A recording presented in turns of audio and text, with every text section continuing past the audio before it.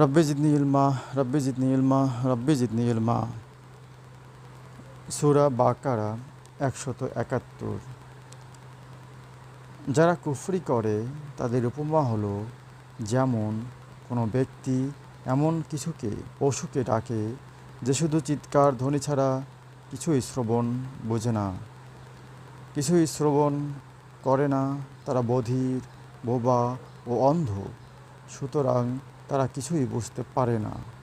হে বিশ্বাসীগণ, তোমাদেরকে আমি যে পবিত্র রিজিক দিয়েছি তা থেকে আহার করো আর আল্লাহর কৃতজ্ঞতা প্রকাশ করো, যদি শুধু তারই ইবাদত করে থাকো। নিশ্চয়ই তোমাদের জন্য মৃত্যু, জন্তু, রক্ত, শূকরের মাংস এবং আল্লাহর নাম ব্যতীত উৎসর্গ জবেহ করা হয়েছে তা তোমাদের জন্য হারাম করেছেন। কিন্তু যে অনন্য পায় অথচ সীমালঙ্ঘনকারী নয়, তার কোনো পাপ হবে না। আল্লাহ ক্ষমাশীল, মেহেরবান।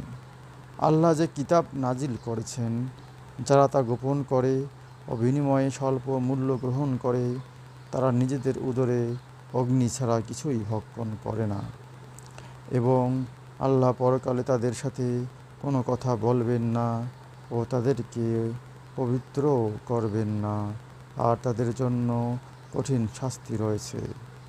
তারাই সৎপথের বিনিময়ে ভ্রান্ত পথ ও ক্ষমার পরিবর্তে শাস্তি ক্রয় করেছে। অগ্নি সহ্য করতে তারা কতই না ধৈর্যশীল। এটা এজন্য যে আল্লাহ হকসহ কিতাব নাজিল করেছেন। বস্তুত যারা কিতাবে মতভেদ করেছে তারা নিশ্চয়ই গোমরাহিতায় লিপ্ত রয়েছে। সূরা বাকারা ১৭১ থেকে ১৭৭ পর্যন্ত। আল্লাহ আমাদের সবাইকে কোরআন বুঝে পড়ার তৌফিক দান করুন। আমিন। আল্লাহু আকবার।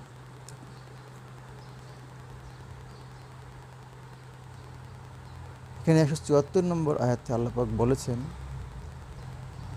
যে আল্লাহ যে কিতাব নাজিল করেছেন, যারা তা গোপন করে ও বিনিময়ে স্বল্প মূল্য গ্রহণ করে, তারা নিজেদের উদরে অগ্নি ছাড়া কিছুই ভক্ষণ করে না।